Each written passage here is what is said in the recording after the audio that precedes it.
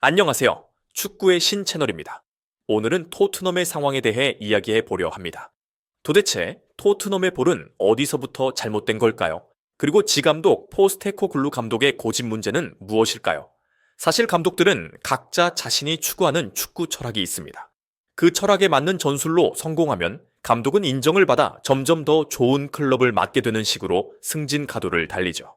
지감독도 호주 대표팀과 리그, 스코틀랜드에서 연달아 성공하면서 세계적인 팀에서도 통할까라는 의문을 받게 됐고, 레비 회장이 과감한 도박을 걸어 2023년에 지 감독을 토트넘 감독으로 영입했습니다. 무리뉴, 산투, 콘테 등 모두 수비적인 역습 축구를 구사하는 감독들이었지만 결국 실패했다는 걸 시인하고, 레비 회장이 공격 축구를 하는지 감독을 초빙한 거죠. 물론 의심도 많았습니다. 그런데 한 시즌 절반, 아니 60% 정도는 성공을 거뒀습니다. 최종 리그 순위는 5위였고 맨유나 첼시, 뉴캐슬보다 높은 순위로 마무리했죠. 한때는 11월 초까지 리그 1위를 달리기도 하고 8승 1무의 기록을 세우기도 했습니다. 하지만 부상자가 속출하면서 끝내 기적을 이어가지 못했습니다. 그렇다면 부상은 변명거리가 안 될까요? 뭐 핑계로 들릴 수도 있습니다. 2달 동안 주요 선수들이 한 번에 빠졌다고 해도 시즌은 총 10개월이니 부상이 끝나 복귀하면 성적이 좋아야 했는데 그렇지 못했다는 겁니다. 왜 그럴까요? 한 바퀴 사이클을 돌다 보니 상대 팀들도 토트넘은 라인을 올려 공격적으로 나오네. 그럼 이렇게 대응하자고 방법을 찾아냈기 때문입니다. 토트넘은 높은 라인으로 압박할 때는 통했지만 상대가 깊이 내려앉아 공간을 줄여버리면 장점을 잃어버렸죠. 그래서 후반기 승률이 50%를 넘지 포세트를 넘지 못했습니다. 하지만 지 감독은 이건 전술 문제가 아니다. 더 높은 퀄리티에 내 전술에 맞는 선수들을 데려오면 된다며 솔랑케를 영입했고 오도를 영입했습니다. 또 스킬을 미드필더로 활용하고 리빌딩을 위해 유망주들을 영입했습니다. 그런데 카라바크 결승 진출 실패 이후 지 감독은 기자들의 질문에 대해 중요한 선수들이 다 빠져나가는 상황에서 책임을 감독에게만 지게 하는 게 말이 되느냐는 뉘앙스의 답변을 했습니다. 비카리, 로메로, 반더, 웨더, 우도기 이런 식으로 쭉 다 빠졌다는 건데, 게다가 토트넘이 5억 원짜리 윙거 20살 선수를 영입했지만 부상으로 나가떨어졌다는 것도 진짜 너무 뼈아픕니다. 손흥민, 베르너, 무어, 오베르, 클로키, 존슨 주중 경기까지 많으니 분명 이 선수들이 필요한 자원이었는데 오베르는 검증도 못해보고 2월 중 복귀 예정이다.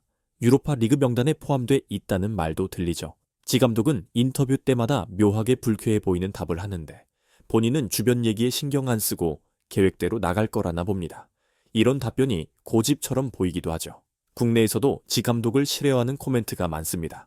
특히나 리버풀과의 대패에 대해 준비를 안 했다고 볼 수는 없지만 그는 원하는 대로 경기하지 않았다는 식으로 어필에 세했는데 도대체 선수들과 무슨 대화를 하는 걸까요?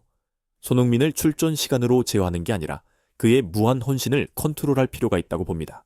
실제로 손흥민은 지난 시즌 말미에 전세계 수비 가담 1위라는 타이틀까지 붙었죠. 성실과 헌신의 아이콘이라지만 그건 어디까지나 손흥민이 적극적으로 도와주고 있다는 뜻이지 그가 수비 능력이 좋은 건 아니잖아요. 김남일 같은 미드필더나 송종국 같은 수비형 공격수가 아니라는 겁니다.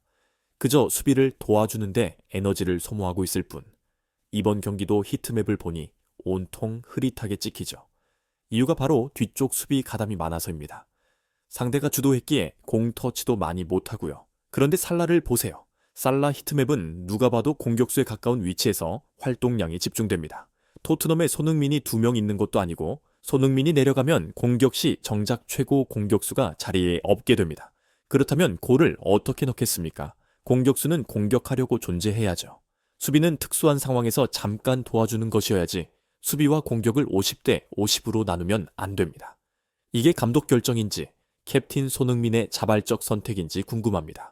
살라는 손흥민과 나이도 비슷하고 같은 공격수인데 살라는 매 경기 공격에 집중하며 많은 공격 포인트를 생산 중이죠. 왜냐하면 리버풀은 살라에게 공격을 맡기기 때문입니다. 이런 게 정상 아닌가요? 물론 토트넘은 부상자가 많아진 상황이라 손흥민이 더 희생하는 걸 수도 있습니다. 리버풀도 부상 많았으면 살라도 이렇게 공격에 집중 못했겠죠. 3년 전 리버풀이 5위 했을 때 부상 때문에 살라 득점도 줄었습니다. 지금 손흥민이 골이 적은 이유도 슈팅 시도 자체가 적어서 그렇습니다. 리그에서 슈팅이 30개도 안 되니 그 결과가 골수로 이어질 리 없죠. 심지어 득점왕했던 시즌에도 살라보다 슈팅이 50가이나 적었고 운 좋게 골을 더 넣긴 했지만 요는 지 감독이라면 손흥민에게 올라가 있으라 기다리라 주문해야 합니다.